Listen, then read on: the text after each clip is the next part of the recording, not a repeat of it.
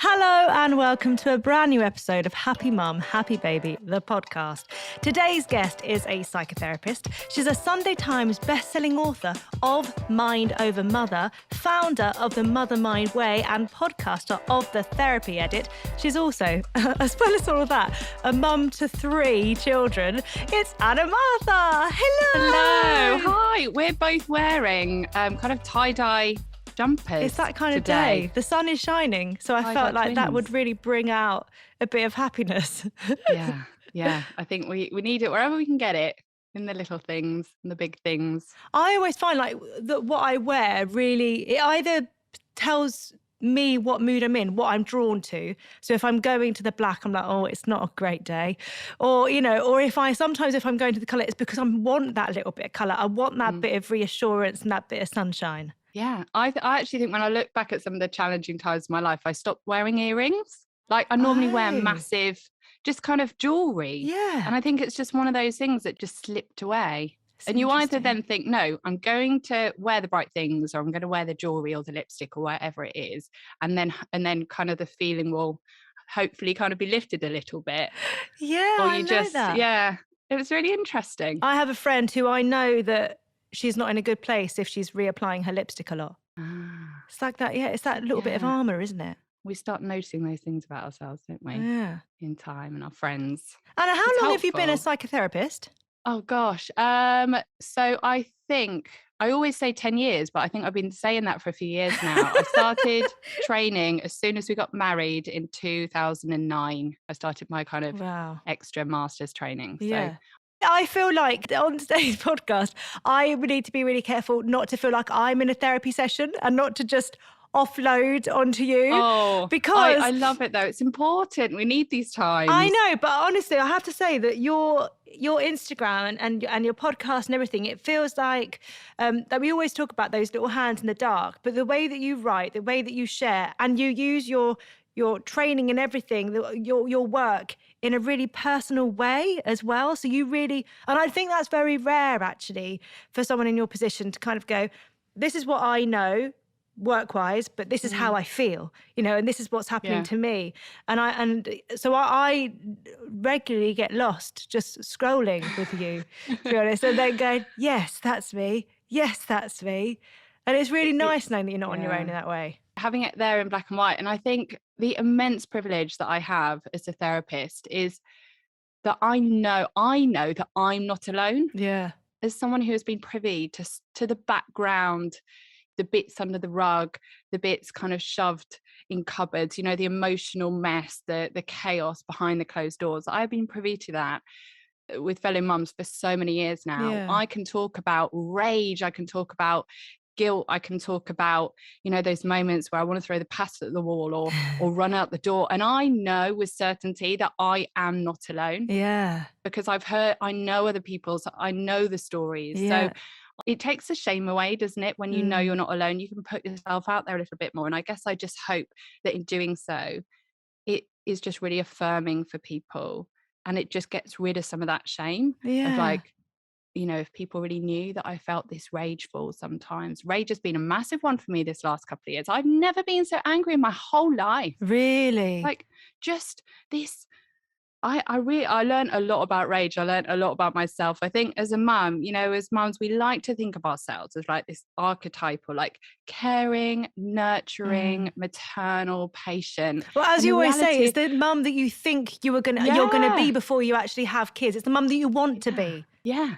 But actually the last couple of years we've been living in a pressure cooker where so many of us have felt rage like never before. And, rage is a bit ugly. Like we don't like to think ourselves as angry or, it's a very energizing emotion, isn't it? And gosh, there have been times where I've had fantasies about throwing dinner at the wall, on a Wednesday afternoon after homeschooling, or, just breaking something or just running out the house and just screaming. And I've learned a lot about myself and about how rage and this, that feeling is so often just a mixture of like unmet needs and unexpressed feelings. Yeah. Where we've had to put ourselves at the bottom of the pile. We've had to nudge our needs aside so that we can keep calm and carry on. And that's not sustainable. And I think all those little things that used to be the little releases on the pressure cooker for me, even just that little walk, that moment where you walk from the passenger door to the door where you get in the car and it's just there's chaos inside and it's quiet and you just take a breather. And there's a part of you that's like, I don't want to get in there. I've said that in the car park at school. I'm like, I don't want to get in there right now. And just, the supermarket, all those, the car trip home from the nursery drop off. Yeah. The rants with friends, standing against the microwave at their house whilst the kids, make a tip of the place. I don't think we realised how important those little moments were until they were all taken away, and less opportunity to meet our needs. So that's what I think. That's what I identify like rage as. For me, is that kind of like that compression. The same energy. It needs to come out. Well, I've been doing a play recently, and in it, because our husband just completely dismisses her, she thinks there's a ghost in the house, he dismisses her the whole way through. This rage is within her and this fear. And at one point, she throws a fruit bowl and she shouts and she really goes. And even in rehearsals, I said, and this before I saw that you compare the two, I was like, I literally feel like I'm getting it all out here and then I can go home and be Mary Poppins. I feel like I'm just getting it out. And there's a mixture of that actually, because also at the same time, I'm able at that point to go to work and I'm able to be me or to be Jenny, that character, and kind of express myself in a very different way, have very different asks of me, I guess, before going home and resuming that mum role. I think it's so good to know that you're not the only one who would love to pick up a bowl of pasta and just throw it, And people have done it, people do it. We do these things. And I always think that the difference between that Mary Poppins that I want to be when the kids are going mad and I can just contain them and be, gentle and patient and considerate and respond rather than react. So the difference between that and then I call it's the Hulk. The Hulk, this just bursting out and the shouting and the, well, you just stop, and the want it and the eyeing up the door or the frantically pacing. It's rest, it's quiet, it's meeting our needs, it's expressing our feelings. That's what widens the gap between Mary Poppins and the Hulk. Yeah. And like the less we do, the less we prioritize those things, for you, the boundaries around work, it's, having that place to go to where you can just be yourself. Those are the things that widen the gap. And I think I remember talking a bit about self-care because it gets a bit of a bad rap. And I'm on a bit of a mission, I think, to kind of reframe the way that we see it. And I said, what do you do for self-care? And people are like, I have a shower. I drank a glass of water today. And I'm like, oh my gosh. My husband would not step out of the shower and be like, self-care, tick that box, or drink a glass of water. And I'm like, what's going on here? Yeah. Like, no wonder that gap between Mary Poppins and the Hulk is like paper thin, because these are acts of respect. That's not self-care. Like even prisoners get those things. Yeah. People on death row get hydration and the opportunity to be clean. But I mean, if we think back to those really early days of having a newborn, the idea of getting in the shower, that is such a massive thing to, like, how do I find that time? And now I look back to life with a newborn, just one, and go, why couldn't I find that time? Like, where was I in my head that felt like such a thing? But I remember actually you did something for Had Mum Had Baby, the first virtual event, and you were actually the first video to go live.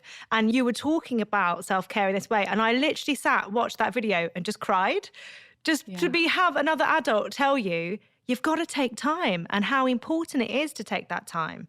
It's so important. And I think we need what we give. So if I want to give patience and I want to give gentleness and I want to give kindness, you can't give, or it's very costly to give what you haven't got. Yeah. And so therefore I need that. And that's, if we're going to mother, we need mothering. Like there's a little less inside of us all the time that needs to be heard and has needs that need to be met. And if I want to meet my kids' needs, I have to start meeting my own. I remember this moment in lockdown, and I was cooking dinner, and that I could feel the Hulk like inside ready to burst out. And I messaged my husband, who was upstairs in a conference call, and I said, Taryn, we need to swap out. I'm going to blow. And he didn't get the message. 20 minutes later, I think I lasted 20 minutes, and I stood at the hob and I screamed. I know it wasn't a scream, it was like a roar. It was like this. It was so physical. I was like kind of bent over. And he ran downstairs and he had his laptop in his arm and he's going, guys, I've got to go. And, you know, one of the kids had already been screaming. So that one was just screaming more. Another one came in and started crying. The other toddler was on the floor where she'd been for the last kind of what felt like 10 years. And, you know, it was just like, oh my goodness, I need space. Yeah. You know, all those needs that I think we put aside in the name of love. Like, we're like, no, I'm going to give you everything. I'm going to meet all your needs. But we're people too. We have equal value and we can't give what we haven't got. So after that moment, you know, where all this guilt and this shame pours in of like, I'm not patient, I'm not strong enough, I can't do this. And actually, we're not failing. We're just met our limits. Yeah. Like, we have limits and we have to start respecting them. And, you know, my husband and I sat down that evening and we just thought, right, what can we do? What can we do for me? What do I need? I need to get out each day on my own. Just a quick walk around the block, nothing more than 15 minutes. You know, what can we do to widen that gap between Mary Poppins and the Hulk? And I'm very privileged to have a therapist. As a therapist, it's always good. And I remember saying to my therapist, it's like my parenting and the way I love my children depends on me going for a walk each day. Yeah. And she was like, you know what, Anna, because it does. Yeah. Because it does. I used to say about running, and I haven't run for a long time, and now I've got an ankle injury. It's not going to happen anytime soon. But I used to say about that those pressures and everything that I felt before going out, they were still there when I came back, but they just sat a few inches higher. And therefore, they didn't feel so pressing. They didn't feel like the weight was on me of it. And therefore, I was able to function better, be a better mum, be a better wife, be a better human to myself. And it's amazing how stepping out and allowing yourself that time, you know, how much extra sort of time it gives you in that way, just by giving yourself a little bit of love. Yeah. I think when I went into motherhood, I thought that being a good mum was basically giving everything away, like giving all of myself to my child. But my kids need me to be me. Yeah. I need to have something left. And I've learned, you know, especially over the last couple of years, that it takes energy to laugh. Yeah.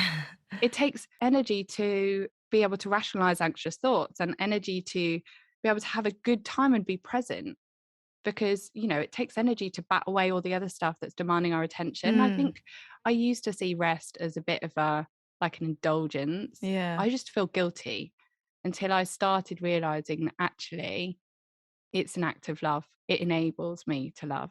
Yeah. And have you ever felt so tired that you're like, I just don't have a sense of humor? Yeah, completely. This is not funny. Yeah, I've not got a personality right now, so No. don't try and channel it in. No. It's not happening. But what was your childhood like? Like, what was life like with your parents? Because I also think that sometimes your own childhood sets up ideals, whether it's not been the best situation and you want to repair that with your own family, or whether you want to recreate what your parents set for you. But I think the pressures are different now. So it kind of, you know, but what was your childhood like? Where did you grow up? So I grew up in Herefordshire, like in a little village that had a post box, and it did actually have a pub. Everyone worked there. So I was working there, you know, doing the washing up and stuff. And it was great. My friends went to our kind of school ball on the tractors. That was life. But the biggest thing I think in my life was that we lost my sister. She died of cancer when she was 6. And that was a long journey. So she was diagnosed when she was 2. How old were you? I was 10 when she died. Right. I was 10. So it was a huge part of my childhood. You know, she was in remission so she had brain surgery when she was kind of 2.5. And then we were at Birmingham Children's Hospital. We literally, you know, sometimes we'd be staying there. We'd be out of school and staying in the accommodation there. And because of that trauma, my dad, to be honest, my wonderful dad, for him, it's like it happened yesterday. Yeah. He's been stuck in that grief. And my mum, she has compensated almost for the fact that my dad has been stuck in this place of grief. So she's a doer. She does everything 100 miles an hour. She's helping everybody. She's, got stuff on every evening. She's running groups. She's helping run a charity. She's a counsellor as well. She used to be a physio at a children's hospice. She's got it all going on every day. And I think the message that I took from that was, this is what love is. Yeah. You do, you do, you do. You give, you give, you give. And yeah, I guess that's where I learned that. And also I wanted to be easy. I wanted to be a neat, untidy person. I didn't want to cause any more stress. So my parents, they were going through this grief, and we were all going through this grief. And I wanted to be like a neat person that wasn't demanding and wasn't complicated and didn't get in trouble at school, didn't cause any extra anything. Yeah. So, this belief that to love well is to give yourself away, and to be a good person is to, just be easy and neat and tidy. And when I say that, I mean externally and also internally. Yeah. Emotionally tidy. And yeah. And what I've spent, and this is what my book, Know Your Worth, is basically all about undoing. It's like often we look and we try so hard to be a better person, when actually what we often need to do is just this kind of deconstructing of everything that we've learned about ourselves along the way that stops us being who we are.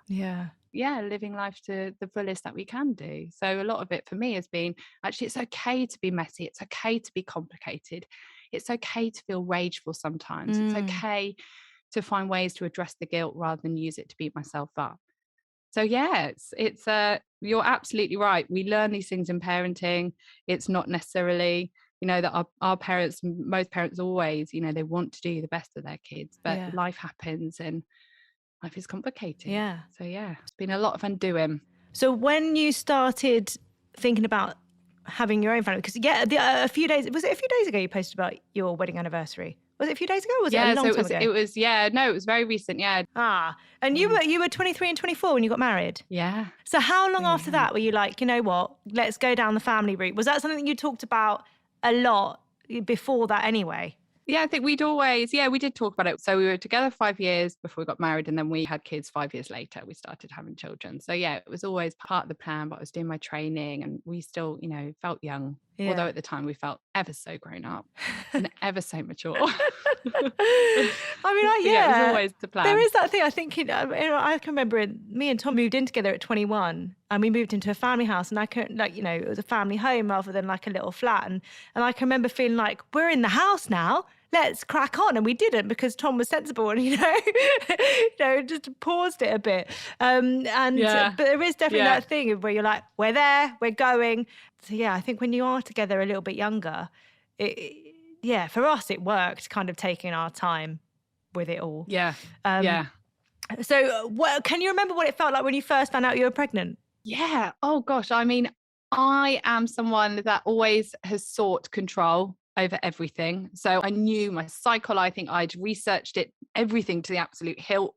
I became some kind of, armchair expert on hormones, and I was very interested in all of that. So I actually remember with my first two, exactly when the implantation happened, I felt the implantation pain. Really? Yeah. So I remember thinking, I could feel it. I remember sitting on the sofa. Whoa. Yeah.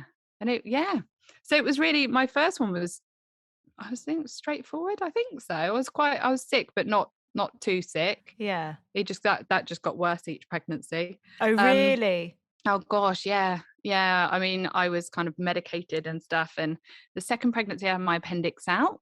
Oh. I didn't even know that you could when you're pregnant. How pregnant were you? I was like 12 weeks. Yeah. And very sick. But this is the thing. I remember I was so sick. I think I was being sick about 10 times a day. And I had a friend that had really bad hyperemesis, and she was being sick 30 times a day. So I was like, well, it's not that bad. Like she's got medication and stuff. I'm not going to complain. And I remember being in the hospital, and they took all the drips out, and I started being sick again. And they were like, Anna, how often are you being sick? And I was like, oh no, not that many times. It's kind of about, 10-ish times, 15 times. And they were like, that's not okay. That's not ideal. And it was, I think there's always been this desire just to keep things neat and just tidy. Kind of go, it's okay. And not complain. It's fine. But yeah, I'm definitely, my third pregnancy was like, whoa, come on, sort this out. This isn't okay. So were you sick even more in the third pregnancy then? Yeah. Yeah, I was even sicker. And it was just hard. And I think part of this is just that you can't rest when you've got two other young kids. So I think, yeah, but after my second one, it was a life-changing experience actually. Charlie, he had silent reflux. And I never knew what this was. I just thought it was all my fault. So he would scream and scream and scream all night. Some nights I'd honestly get 45 minutes sleep a night. And it was utterly debilitating. And I think one of the most harmful things about it all was my kind of perfectionism and my desire just to kind of keep calm and carry on and not accept support. Because to me, accepting support and being vulnerable, and I think what I was saying about my childhood, just wanting not to burden anyone, it was utterly debilitating. And I was so sleep deprived that I shouldn't have even been driving a car. And at times I found it was almost impossible to function. And everybody was worried about me. Everybody around me, my friends, my family were so worried. And I was breastfeeding, and I think anyone that's had a baby with silent reflux, it's a whole different experience. It was really traumatic. And I was just turning to myself and thinking I was doing something wrong. I wasn't feeding right, or, I needed to try and get him to sleep like this, and it just took me to the absolute end of myself. So was this the first or second child? This was the second child. So at this point as well in the daytime, it's not like you can nap when the baby naps because you've got the my toddler. first one was still waking up every now and again because he wasn't even 2. And I behind closed doors, I would just cry and ring up my husband on the kitchen floor and say, I can't do this. And I was so utterly tired. And he would say, let me take the baby for the night. And I'd say, no, you can't do that. It's my job. And it was all about this, this thing of being a mom is that I have to do it all. Not to be able to do anything was a failure of sorts. Do you think also with you, because your job is to listen to people and to care for people, and that is such a huge part of what you do, that because that is your role at work, whether there was something inside you where you kind of felt like, I should be fine with this, I should be sailing through this. Yeah, I've got the tools, I've worked with people in this situation, I should be able to sort myself out. And I think we spend so much time encouraging each other, saying, you've got this. And I think some of the most life-changing moments for myself and those that I work with are those moments where you turn around and say, well, you know what? I haven't. I actually haven't. And all those people that care about you that have maybe been standing on the sidelines can then come in. How were you've done it 3 times now, how were your births? Were they all very, very different? They were, yeah. Well, they were and they weren't. I was so incredibly lucky to have all 3 of them in a pool. Ooh. Yeah, very lucky. That was what I wanted. And I was very lucky to have that. They were just really long labours. I'm trying to remember. They were like 40 odd hours. With Florence and third children, apparently known to be tricky. Yes, so which is the worst thing to say. So many people said to me, "Oh, it's Trixie." Don't want anyone to say that. Stop it. Apparently 4th were a dream, but I'm not willing to test that. I don't know. That's what they say. Yeah, the midwife. I remember the midwife saying, if you have another one, it'll be much more predictable. We're like, yeah, I don't think so. That's not the plan. But yeah, with Florence, I remember being in the hospital on the Tuesday night, and they were monitoring me, and they said, right, yeah, you there's traffic, don't go home because you'll have her tonight. Right. I didn't have her until the Sunday. No. Yeah. Oh gosh. But so long labours, and I had a doula the third time, which was a really new experience, and she was amazing because she basically held my hips together. We didn't realize Florence was back to back. So every time I had a contraction, I felt like I was being, it was my lower back. So she would just clamp my hips together, and Taryn would be at the other end kind of feeding me jelly babies, even though I'd end up throwing them back up again. He's like, why are you going to eat this? You're just going to, I'm like, don't care. Give me the jelly baby. And I loved the pushing bit for me was just like, oh, I just loved it. Really? Yeah. Have you loved the pushing bit of all 3? Yeah. And it was always kind of less than 10 minutes, that bit. So it was fast and furious. And I remember them saying, like, with Florence, and it had been a long labour, and they said, don't push now because you'll tear. And I was like, I don't care. I want her out. But yeah, I was very lucky, I think, to have labours and births. Did you tear? that was straightforward. Yeah. Yeah. I think I had a second degree and grazes with 2 of them. I had an episiotomy with the first, and then a tear, and then a graze. And I've got to say, tearing is much kinder than Oh, actually being yeah. snipped. Oh gosh. Yeah. What a process. I know, and but What a also that's part process. of the aftermath of it, you know, and having people Yeah. over. And I can remember so many times going to make someone a cup of tea, and all of a sudden something catching and kind of being like, Oh, oh, oh, you know, all that, oh. where you try not to, because you can't kind Mm. of say to your dad, you know. Dad, make your own cup of tea. You know where the mugs are. That's Do you know totally what? what you should say. But you can't say to people, Oh, sorry, I just something down there just caught as I walked. And they, oh, oh, it's not oh, nice. oh. I remember with Oscar, you know, my first baby, I came home from the hospital and the next morning I was in Sainsbury's. Why? Why? Because gee, that's just what I was like. You could have literally held me in the house and I would have said, no, I'm putting on my makeup, I'm dressed, I'm going out, I'm going to the shops. And I remember waddling around saying, Taryn, I've got to go and sit in the car. I feel like my insides are falling out. But this Yeah. is, you know, this is where I was at. This is where I was at. And it would have been, you know, I think the difference between my first and my third, thanks to my middle one and the depths that took me to be like, you know what, I need people in my Yeah. life. I need to lean on other people. The difference is that, you know, I was up and out and in the shops the day after having my first baby. And after Florence, on the sofa, no makeup, boobs out, like father-in-law awkward, you know, whatever. Like I was just so much more slow, I guess, as much as I Mm, could be with 2 other kids, but just respectful of my place in all of that. And yeah. I think the difference to me is like after Charlie, it would have been like, don't come over, I'm a mess. And then with Florence, you know, I tried so much more to be like, come over, I'm a mess, come over. You know, and That's it's so like a that complete that's difference. so different, but so important. Yeah.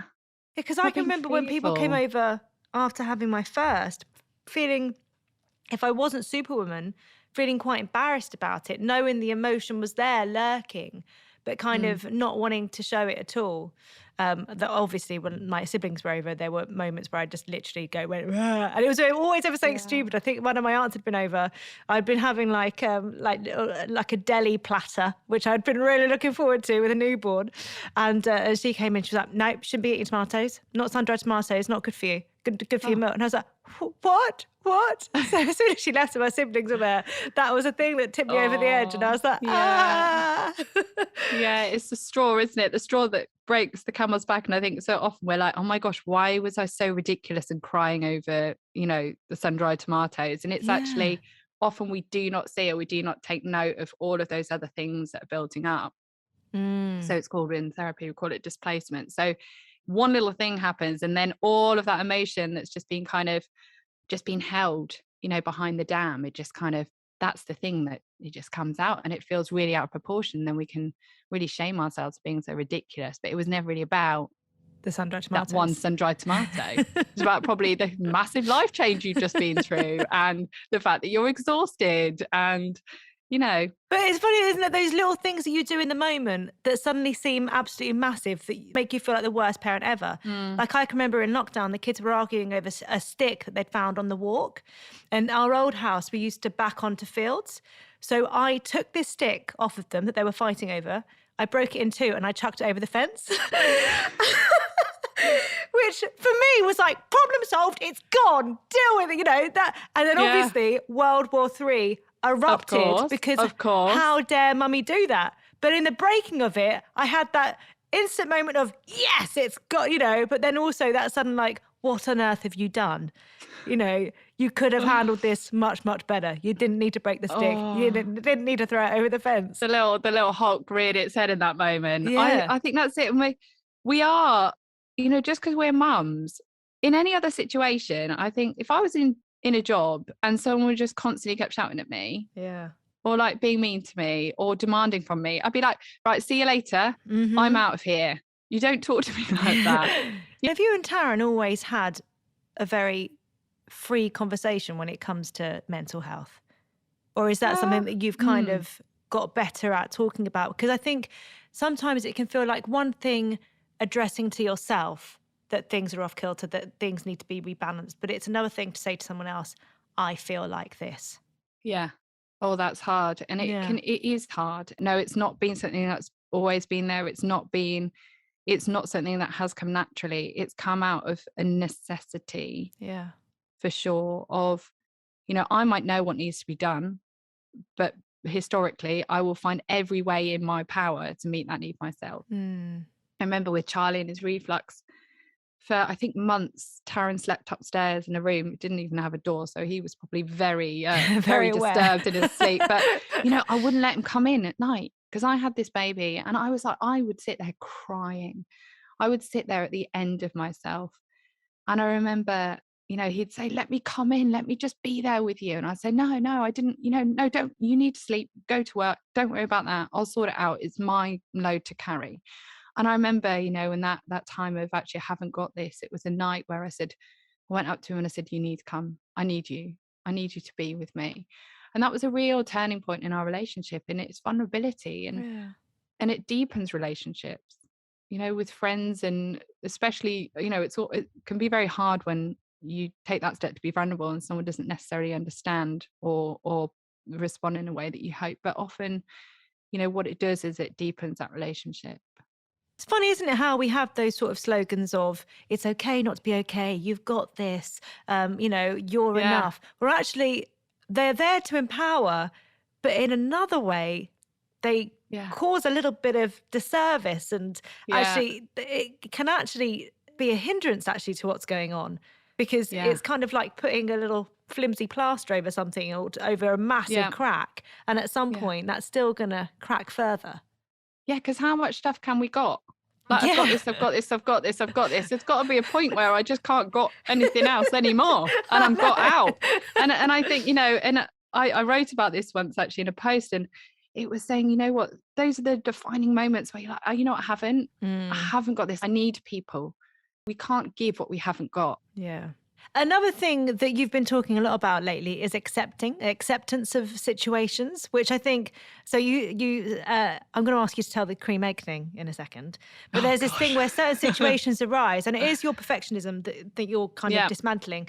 And you kind of get that feeling of, and I don't know whether it's the kid within you that makes you think, oh, when I was a kid, I couldn't do this, or, I don't know if there's that little child within you that does something that makes the mum sweats come, that makes everything feel really overwhelming and that you can't cope with it. But something that you've been working on is accepting what happens.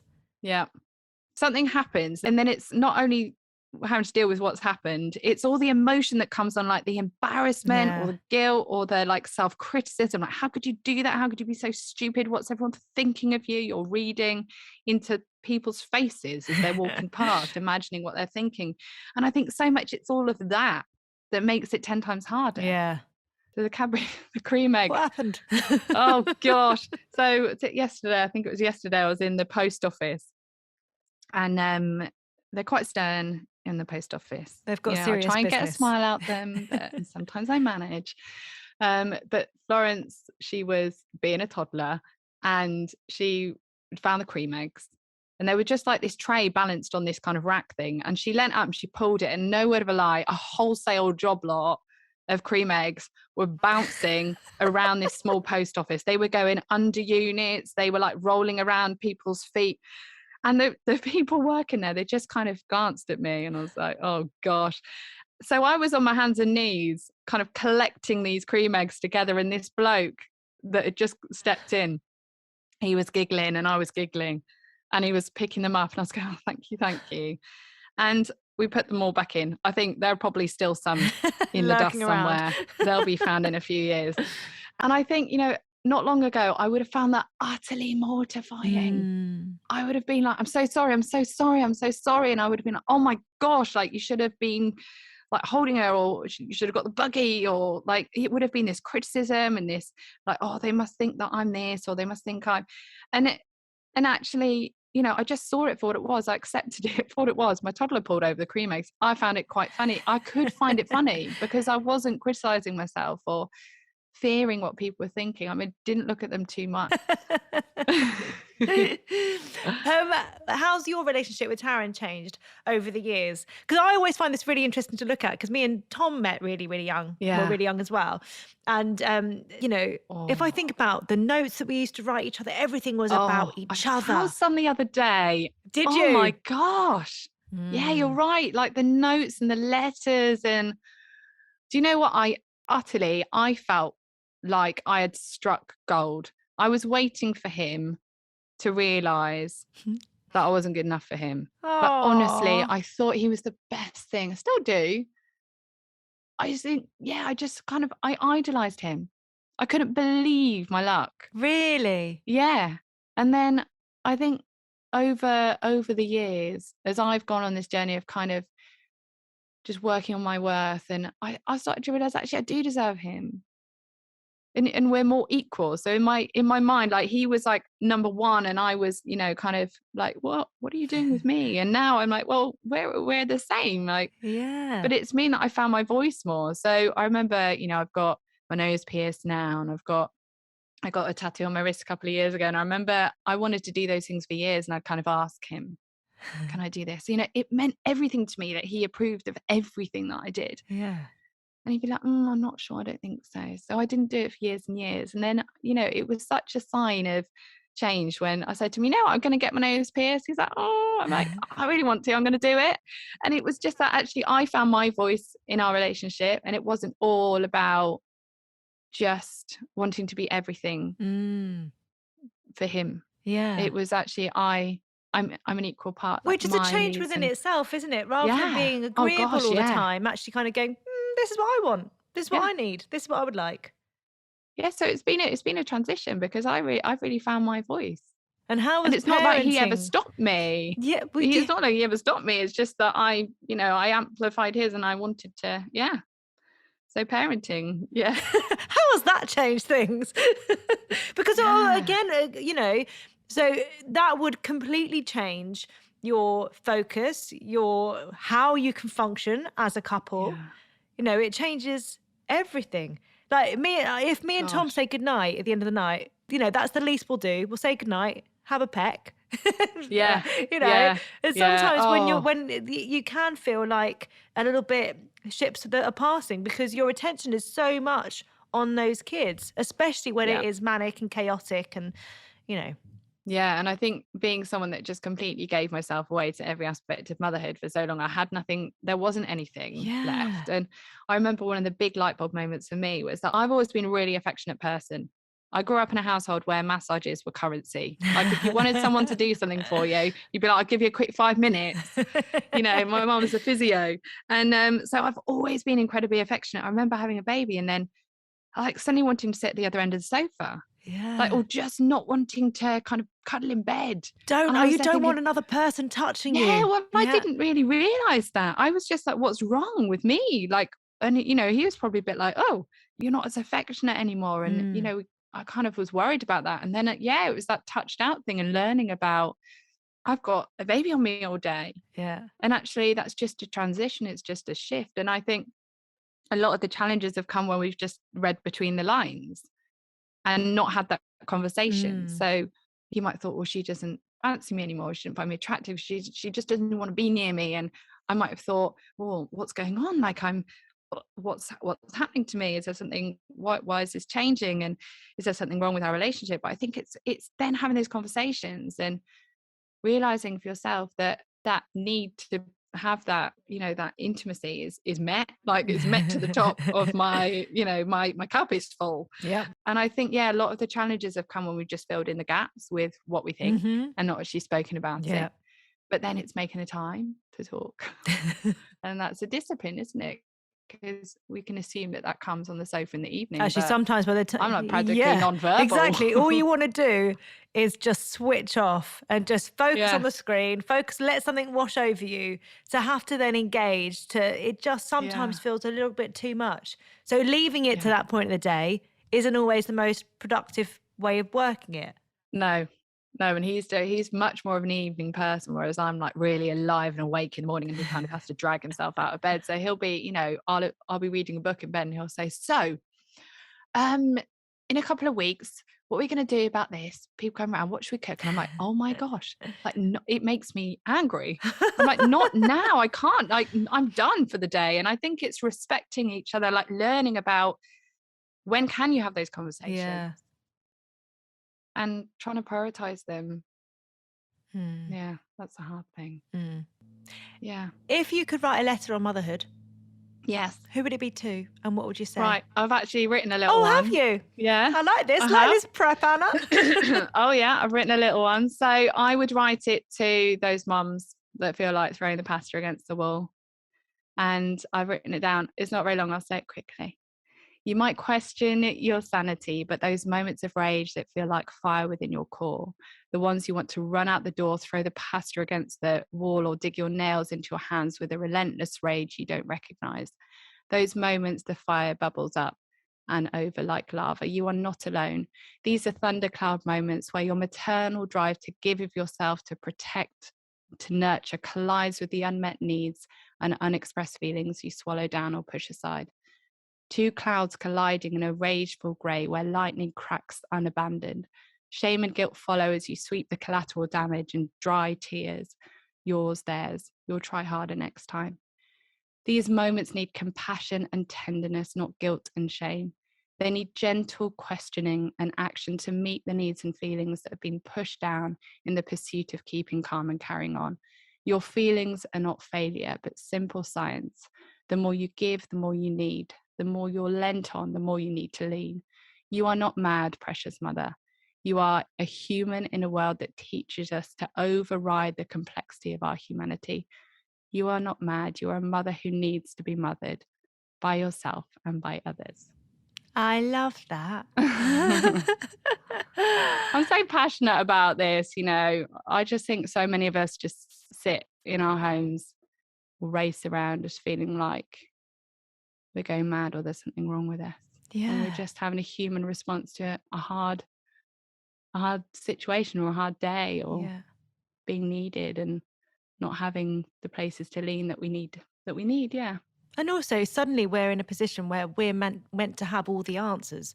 And so often we don't have those. We're learning on the job. Like you said about being the CEO, you know, it's kind of, we're making it up. And in that making it up, we have to get it wrong. We're going to get it wrong. Not that we have to, it's just that is life. That's going to happen. Yeah.